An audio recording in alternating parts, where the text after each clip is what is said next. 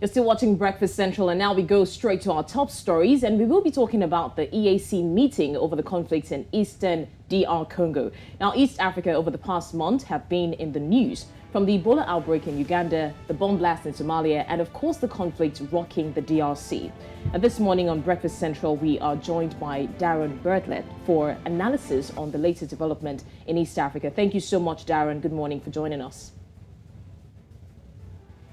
Good Daron, morning. Thank you for having me. Okay, our pleasure. And now, Daron, let's go straight to the EAC meeting that we're expecting in Eastern DR Congo. Now, we hear that the East African army leaders are planning on meeting to find solutions on how to end the conflict, especially the FARDC, the M23 in DRC. So do you think that finally this will end the insurgencies in the DRC?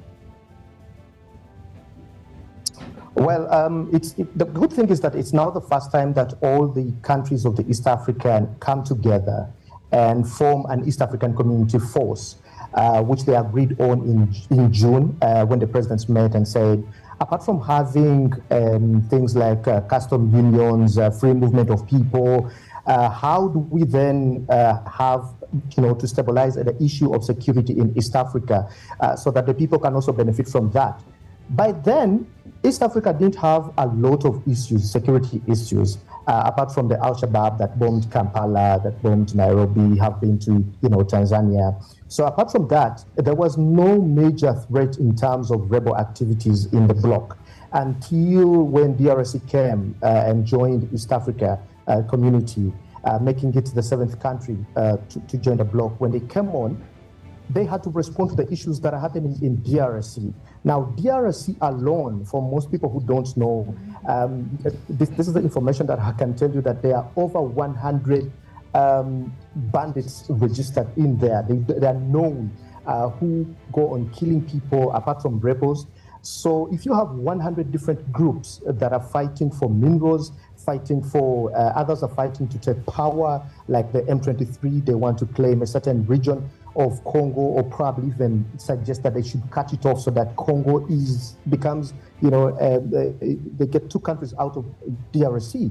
But this was troubling to the East African region because one of the reasons Uganda, Tanzania, Kenya, and South Sudan, Rwanda, and Burundi accepted DRC to be on board is for trade issues.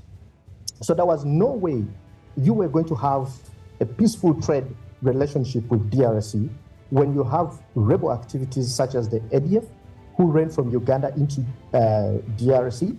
You have the M23, who are always off and on. At one moment in 2013, they had an agreement and they kind of disappeared and then showed up again last year, causing a lot of insurgencies in the eastern part of DRC, which is around North Kivu. And then here is a situation where Uganda, Kenya were already having an interest in DRC in terms of building roads to be able to access the markets in Goma. Now, when the president sat down in Nairobi in June, they agreed that it is important we form an East African force. Now, they had not yet decided to enter DRC until just last week when they decided to say, let's meet, let's agree on the forces that we are going to put in DRC, let's stabilize DRC so that we can be able to have people who are not, basically the most important thing here is trade, that these countries look at it, so that we have a stable trade relationship with DRC. Now, before they even met, Kenya has already made a decision and has already flagged off a troop of about 1,000 soldiers who will be landing there anytime from yesterday. And that whole force was already led by Major General Jeff Nyanga.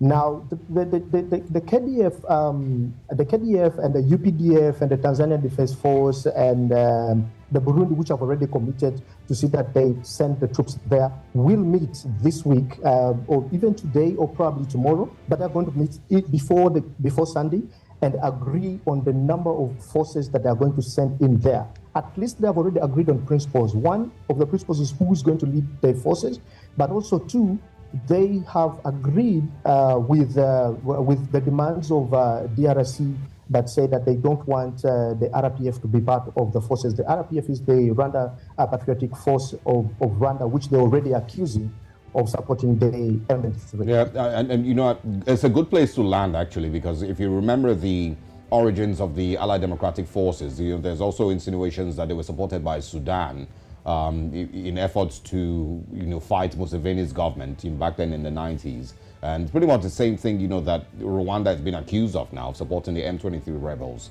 But hopefully you can chip in on that, you know, before we go. But I want us to talk, you know, and focus on Somalia now. The security situation is really, really heartbreaking. If you remember, of course, sometime last week, the bomb explosion, or early this week actually, bomb explosion that killed more than 100. There's also plans of them joining the East African community and equally calling for international help to, you know, assist with, you know, terrorism after that twin blast that left more than 100 dead. What would you say is the exact type of help that Somalia might need? Somalia needs all kind of help that can be given to it to stabilize the country. First of all, we've had them calling for help from the East African the forces, even when Somalia itself has not yet joined East Africa, but there have been certain relationships that have been having, like trade. And Uganda and Burundi, Rwanda itself had some forces go to Somalia under the AMISOM, which was the AU mission in Somalia, which now is called the African Union Transition Mission. It just changed names, but the protocols are still the same. The difference here is that they have been able to kind of train the Somalian army and you know, empower them to be able to fight people like the Al-Shabaab. But there's different help that they need. First of all, they need financial assistance because the country has crippled down. They need assistance in terms of medical supplies because President Sheikh Mohammed there was calling on to even the WHO, which is the World Health Organization, the UN, the AU itself, the East African Bloc, to give them medical supplies to airlift those who were affected into different countries for at least treatment, you know, to give them a lot of supplies in terms of also ammunition to be able to fight the Al-Shabaab, who have become rampant ever since this new president came into power. And I'm not saying that he's the problem. I'm just talking about what has been registered in his regime. We've had a hotel that was bombed not so far about 3 months ago, and they had casualties coming up to around 20. Now, this time you have about 300 casualties, about 100 dead and others injured. So they want intelligence support, they want financial support, and also they want more security to be able to help them and stabilize the country, because as it is now, Somalia has been named as a bedrock of, you know, terrorists who they just want to see that they finish up whatever mission they have. All right, Daron, I want to take us back a little bit. When you talked about building a stable trade relationship in the DRC, with all of the conflicts that have been recorded in recent times, do you think that after all this conflict dies down, it's attainable? Do you think it's possible to build that stable trade relationship? Yes, it is possible. First of all, Uganda is building a 223-kilometer road into Congo. And the reason why Uganda was building that road is they had established that DRC, especially the eastern part of DRC, imports a lot of things that Uganda can provide them. 1, milk; 2, meat; 3, tea, coffee, and all that. And Kenya is able to take its oil as far as DRC. Let's hope that Uganda is able to extract its oil as well in the near future. They'll also be able to trade with DRC, taking their oil to DRC. Now, you cannot trade with DRC in the eastern part of DRC, especially where the M23 are based, where the Allied Defense Democratic Forces are based, and other rebel groups or terrorism groups that are in DRC, when you just cannot have a peaceful trade with such a place that is filled with a lot of insecurity.